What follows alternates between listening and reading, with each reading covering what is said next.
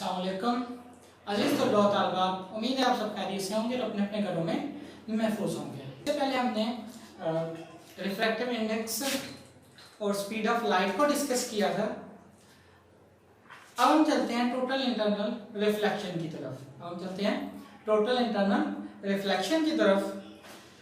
अगर हम by definition देखें total internal reflection, total means सारी की सारी, इंटरनल इनर पार्ट मतलब अंदरूनी साख पे, रिफ्लेक्शन किसकी होती है? लाइट की या वेव्स की। सो मीन्स एज कि लाइट की इनर पार्ट से सारी की सारी मीडियम के अंदर जो रिफ्लेक्शन है वो क्या है? टोटल इंटरनल रिफ्लेक्शन है। इसके लिए हम एक एग्जांपल को देखते हैं। सपोज एज ये हमारे पास एक मीडियम है, सपोज ग्लास है, और ये हमने इसका ड्रॉ किया है नॉर्मल। ये हमने क्या किया? इसका नॉर्मल ड्रॉ किया है। अब हम ये देखते हैं कि हमें ये पता है कि लाइट जो है डेंसर मीडियम से रेयर मीडियम में जाती है तो हमेशा अपने नॉर्मल से दूर हो जाती है। सो सपोज एज ये यहां पे थी तो ये थोड़ा सा दूर हो जाएगी।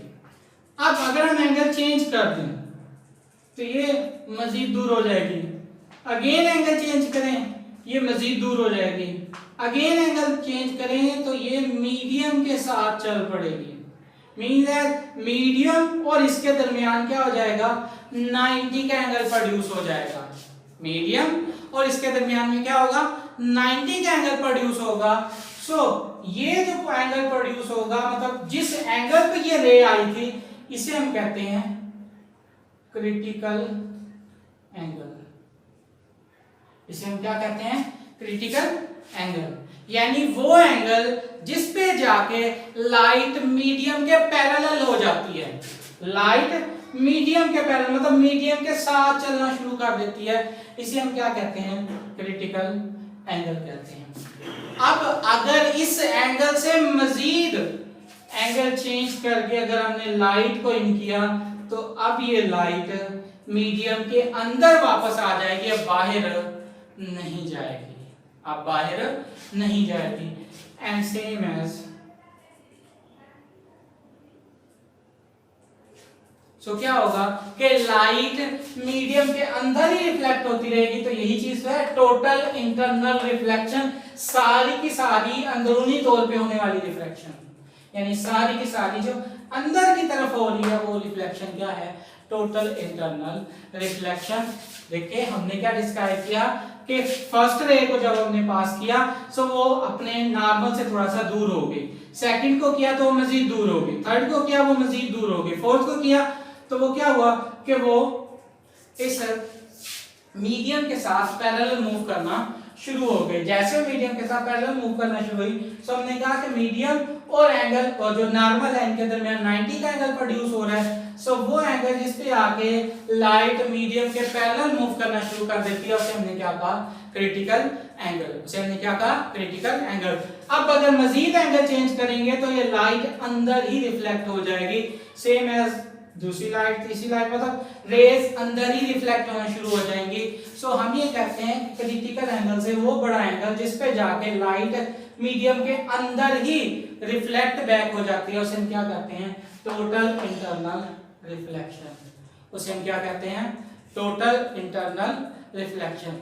यानी वो एंगल जिस पे जाके लाइट क्रिटिकल एंगल से बड़ी, मतलब वो एंगल जो कि क्रिटिकल एंगल से बड़ा होता है और जिस पे जो लाइट है वो वापस मीडियम के अंदर बैक हो जाती है, उसे हम क्या कहते हैं? टोटल इंटरनल रिफ्लेक्शन का एंगल कहते हैं। Same as in a medium when the angle of reflection is greater than critical angle, यानी एंगल ऑफ रिफ्लेक्शन जो है ये वापस मूव होने का, ये क्रिटिकल एंगल से बड़ा हो।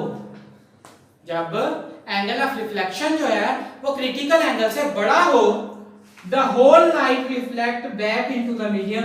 सो क्या होता है कि सारी की सारी जो लाइट है वो वापस मीडियम में फॉल बैक कर जाती है। इसी चीज को हम क्या कहते हैं, टोटल इंटरनल रिफ्लेक्शन कहते हैं। इसी चीज को हम क्या कहते हैं, टोटल इंटरनल रिफ्लेक्शन। अब इस टोटल इंटरनल रिफ्लेक्शन के बहुत सारे फायदे हैं। सो उसकी एप्लीकेशंस हैं, उन एप्लीकेशंस को हम डिस्कस करते हैं। तो first one is totally internal reflecting prism.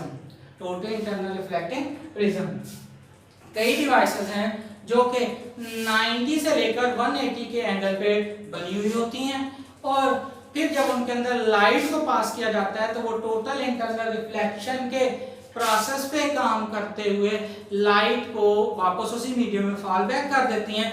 और जैसे ही मीडियम में फॉल बैक करती हैं तो इससे जो आप किसी भी किस्म की जो इंफॉर्मेशन है वो स्टोर करना चाहते हैं, वो एक जगह से दूसरी जगह ट्रांसफर करना चाहते हैं, तो वो इसके अंदर इजीली मूव कर जाती है। लाइट जैसा कि कैमरा है, टेलीस्कोप है, बाइनोकुलर्स हैं या फिर पेरिस्कोप है, ये सारे के सारे इसी प्रिज्म पे ही काम कर रहे होते हैं। ये सारे के सारे क्या कर रहे होते हैं, इसी प्रिज्म के ऊपर ही काम कर रहे होते हैं। अब हमारे पास एक 90 के एंगल का प्रिज्म है, लेकिन यहाँ पे हमारे पास क्या है, ये 90 का एंगल प्रोड्यूस हो रहा है। ये क्या हो रहा है, 90 का एंगल प्रोड्यूस हो रहा है। अब हमने क्या किया है कि लाइट सोर्स को लिया है और इसके परपेंडिकुलर ले आए हैं। हम क्या कर रहे हैं, इसके परपेंडिकुलर ले आए हैं और उससे लाइट इसके ऊपर फॉल की है। तो जैसे ही लाइट फॉल की है, अब क्या होगा, लाइट इसके अंदर इन होगी और बगैर कोई रोटेशन के, बगैर किसी तरह मुड़े, वो एक वे से दूसरे वे से आउट हो जाएगी। मीन गैस के इस तरफ से इन होके यहाँ पे टकराएगी इसके एपिटेनियस के साथ। जैसे एपिटेनियस के साथ टकराएगी तो ये फॉल बैक कर जाएगी, और फॉल बैक करेगी तो ये दूसरी तरफ मूव कर जाएगी। सो जैसे ही अब दूसरी तरफ मूव कर गई है, सो अब इससे क्या होगा कि यहाँ पे हमारे पास ये एंगल क्रिएट होगा जो कि 45 का है। मींस एज के से 45 के एंगल पे हमने इसे इन किया था, तभी जाके ये रिफ्लेक्ट बैक कर गई है, अदरवाइज ये रिफ्लेक्ट बैक ना कर सकते। सो हमें ये पता है कि इस ग्लास का जो क्रिटिकल एंगल होता है वो क्या होता है, 42 डिग्री होता है। अब 45 क्या है, उससे ज्यादा है। इट मींस के in a medium when angle of reflection is greater than critical angle. तो देखें एंगल ऑफ रिफ्लेक्शन जो है वो क्रिटिकल एंगल से ज्यादा हो गया। सो क्या प्रोड्यूस हो रही है, टोटल इंटरनल रिफ्लेक्शन प्रोड्यूस हो रही है। क्या प्रोड्यूस हो रही है, टोटल इंटरनल रिफ्लेक्शन प्रोड्यूस हो रही है। सो सेम एज, अब अगर हम इसे डिफरेंट किस्म के कैमरास के अंदर अगर यूज कर लें, सो हमारे पास अब सपोज यहाँ पे ये था, दूसरा अगर आप यहीं पे गोल लगा दें,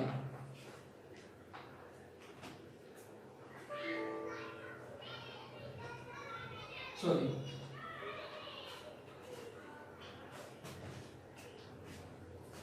ऐसे, सो क्या होगा, अब ये लाइट इस तरह से, अब यहाँ पे अगर आप कोई स्टोरेज रख दें, सो क्या होगा कि आपकी जितनी भी इंफॉर्मेशन है उसके ऊपर जाके स्टोर हो जाएगी। सेम एज इसी बेस पे कैमरास काम कर रहे होते हैं, बाइनोकुलर्स काम कर रहे होते हैं, पेरिस्कोप और टेलीस्कोप इसी बेस पे काम कर रही होती है कि प्रिज्म से वो एंगल के थ्रू रिफ्लेक्शन बना के एक जगह से दूसरी जगह ट्रांसफर किया जाता है। और जैसे एक जगह से दूसरी जगह ट्रांसफर किया जाता है, सो वो जो हमारी मतलब लाइट होती है वो एक जगह से दूसरी जगह ट्रांसफर होती है, और साथ में उसके साथ जो इंफॉर्मेशन होती है वो भी एक जगह से दूसरी जगह ट्रांसफर हो जाती है।